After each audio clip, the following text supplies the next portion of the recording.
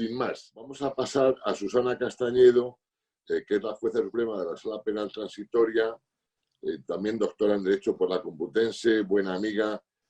Susana, ¿qué nos puedes contar de Perú con brevedad?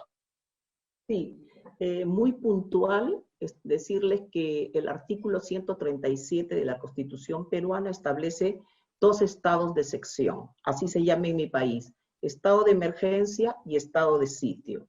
En ambos supuestos lo decreta el presidente de la República con acuerdo del Consejo de Ministros y da cuenta al Congreso, con lo cual no hay un control anterior, sino que el control político parlamentario va a ser un control ex post. Los supuestos habilitantes, porque lo que nos interesa ahora es el estado de emergencia. En Perú nunca se ha dado el estado de sitio, se ha dado siempre el estado de emergencia. Y los supuestos habilitantes son perturbación de la paz o del orden interno, catástrofe y graves circunstancias que afectan la vida de la nación. Que este ha sido el supuesto que se ha considerado para decretar el estado de emergencia. En este supuesto se suspende el ejercicio de 4 derechos: inviolabilidad de domicilio y 3 libertades: libertad de tránsito, libertad de reunión y libertad personal, pero solo en la figura del plazo máximo de la detención preventiva, que en el caso peruano, luego de la reforma constitucional, fue de 48 horas. El plazo no excede de 60 días, pero hay que, si se requiere una prórroga, igual se la dicta y no requiere de un nuevo decreto y solamente de dar cuenta al Congreso. Y como lo dijeron los otros compañeros, puede ser en todo el país o parte de él. En este caso, se ha decretado en todo el país. Bueno, ¿cuál es el problema que presenta nuestra regulación? Que es que hasta la fecha no contamos con una ley de desarrollo del artículo 137. Por ejemplo, muchos países lo tienen. España tiene la ley 4 de 1981, que regula sus 3 estados de excepción, ¿no? Como le decimos acá, regulando su artículo 117 y en lo pertinente el artículo 55. Y a mí me llama la atención porque no obstante el tiempo transcurrido y la gran experiencia que tiene Perú en los temas de declarar estado de emergencia, hasta ahora no se ha dictado una ley de desarrollo.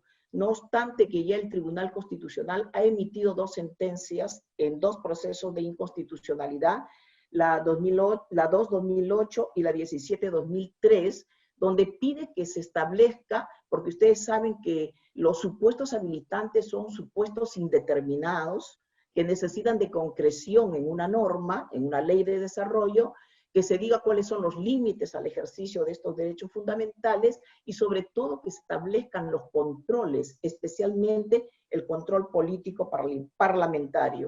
Ha pasado mucho tiempo y eso no ha ocurrido. Sin embargo, y estaba recordando la novela que hace mención Raúl sobre el señor presidente, yo quería manifestarle que en el caso de América Latina, esa novela en realidad es una realidad. Y es una realidad que la ha vivido Colombia, la ha vivido Perú mucho tiempo por la dación de los estados de emergencia por motivo de terrorismo, debido a lo que ya nosotros conocemos en el caso peruano, a 2 movimientos terroristas. Y en relación a lo que preguntó el moderador sobre el tema internacional, tendríamos que decir que nosotros estamos afiliados al sistema regional interamericano y por lo tanto el artículo 27 de la Convención Americana para nosotros es una ley interna en virtud del artículo 55 de nuestra Constitución y hemos recogido el artículo 10.2 igual de la Constitución española y lo hemos trasladado a la 4ª disposición final y transitoria para interpretar los derechos que la Constitución reconoce de conformidad con la Declaración Universal y los tratados de derechos humanos. Y también formamos parte del sistema universal. El artículo 4 del Pacto Internacional de Derechos Civiles y Políticos también establece el tema de la suspensión de ejercicios y de los derechos de las personas. Por lo tanto, yo creo que aun cuando el control político sea ex post, tenemos la posibilidad de comunicar a estos organismos, ya sea al secretario general de la OEA o de Naciones Unidas, sobre la declaratoria del estado de emergencia para que en su determinado momento se dicten las medidas y las recomendaciones que correspondan. Bien, con este marco, que no contamos con una ley de desarrollo, pero sí con 2 sentencias del Tribunal Constitucional, lo que me interesa dejar en claro es que se dio un decreto supremo que establece muy tempranamente, incluso días antes que lo hiciera Argentina, donde se decreta el estado de emergencia en el país. Entonces, esto ha sido objeto de 3 prórrogas, vencerá el 10 de mayo de este año, lamentablemente coincide con la fecha del Día de la Madre, que es una fecha muy especial para todos nosotros y sobre todo por el tema de la libertad de comercio, que se siente muy afectada porque casi el 40% de sus ventas es precisamente por el Día de la Madre. Bien, como no contamos con una ley de desarrollo, se ha recurrido a la ley 26.842, que es la Ley General de Salud. Y esta ley establece otros límites distintos a los 4 derechos que pueden ser objeto de suspensión durante el estado de emergencia. Y se dice, por ejemplo, que se ha previsto que el ejercicio del derecho a la propiedad, la libertad de trabajo, empresa, comercio e industria podrían ser restringidos en resguardo de la salud pública y del derecho a la vida. Y al igual que ya lo ha dicho Sergio, que lo han dicho los otros compañeros, sí, efectivamente, aparte de los 4 derechos que podrían ser objeto de restricción en su ejercicio, también tenemos otros como la libertad de culto, la libertad de comercio, la libertad de trabajo, que en el caso peruano algunos no son derechos fundamentales, pero todos se protegen a través del amparo. Si me da un poco más de tiempo, no sé cuánto tiempo tengo, a mí me gustaría decir que en base a esta sujeción que tenemos a los tratados internacionales y a las decisiones del Comité de Derechos Humanos y de la Corte Interamericana de Derechos Humanos, y también a las recomendaciones de la Comisión Interamericana, tenemos ahora ya recomendaciones de la Alta Comisionada de Naciones Unidas, ¿no?, que es el caso de la expresidenta Bachelet. Tenemos recomendaciones de la Comisión Interamericana de Derechos Humanos, tenemos una declaración de la Corte Interamericana, la 1/2020, dictada el 9 de abril, que precisamente se llama COVID-19 y Derechos Humanos, que nosotros en el orden interno, a través del órgano de gobierno, el Poder Judicial, que es el Consejo Ejecutivo, se está dando la normativa para tratar de atender el tema principalmente de las personas privadas de su libertad, que hay un número excesivo de personas sin condena y personas condenadas. Y un punto muy importante también que tenemos en nuestra legislación es que sí, de manera clara, el artículo 200, que regula los procesos constitucionales, establece un control del acto restrictivo que se dé durante los estados de excepción por parte del Poder Judicial. Entonces, a través del amparo y el habeas corpus, se ha determinado que los jueces deben llevar a cabo un control del acto restrictivo. Y en base a esa situación, luego de establecido el estado de emergencia en el país, se vienen presentando de manera paralela ante la jurisdicción ordinaria pedidos de cese de prisión preventiva o variación en otros casos, y ante la jurisdicción constitucional habeas corpus de carácter correctivo. Entonces, hay que ver la respuesta, que creo yo que ante un control político parlamentario disminuido, el control jurisdiccional es el que tiene que repotenciarse y tiene que ser eficaz y efectivo en momentos como este, conforme lo dice el artículo 25 de la Convención Americana y el 3 del Pacto Internacional de Derechos Civiles y Políticos.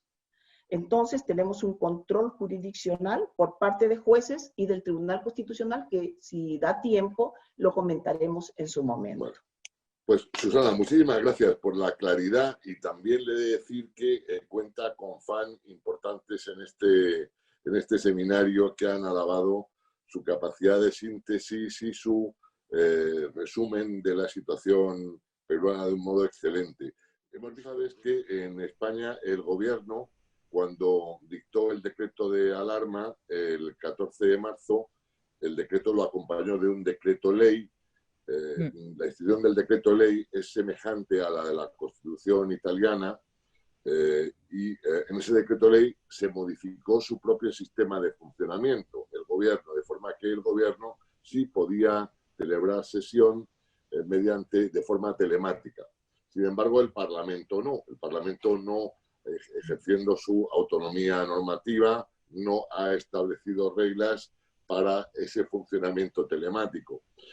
Con lo cual, el gobierno ha estado en plenitud de funcionamiento porque no tenía problemas, digamos, desde ese punto de vista. Sin embargo, el Parlamento suspendió inmediatamente los plazos, y dejó de tramitar, por tanto, las iniciativas de control. El primer pleno que se celebró fue el pleno correspondiente a la prórroga, es decir, 15 días después de aprobada la alarma. Y a pesar de esa prórroga, después siguió también oculto, siguió también de vacaciones, de una forma incomprensible. Bueno, perdón, no quiero hablar de mi país. Yo no sé si Susana tenía problemas para ir a la sala, tenía que ir quizá a deliberar. Entonces voy a dar la palabra a Susana Castañedo de Perú para que nos hable del funcionamiento de los controles. Sí. Ahora. Ya está. Ahora. Y muy rápido, entiendo el tema del tiempo. El control parlamentario les dije que es muy débil porque es posterior, cuando en estos momentos se precisa de algo que sea concurrente. Sin embargo, el Poder Ejecutivo está legislando vía decretos de urgencia en materia económica y financiera y ha pedido delegación de facultades vía decreto legislativo, que en su momento serán objeto de control, el tema del Parlamento. Y en el tema del control jurisdiccional, tenemos un sistema muy particular que los habeas corpus y los amparos primero se ven en la jurisdicción del Poder Judicial. Entonces, por eso no pueden llegar de inmediato al Tribunal Constitucional. Hay muchos pedidos referidos principalmente a la libertad personal e integridad en el tema de las personas privadas de libertad. Tenemos en cárcel 95.548 personas, cuando la capacidad es para 40.137. Por lo tanto, tenemos una bomba de tiempo porque no se va a poder llevar a cabo un distanciamiento social.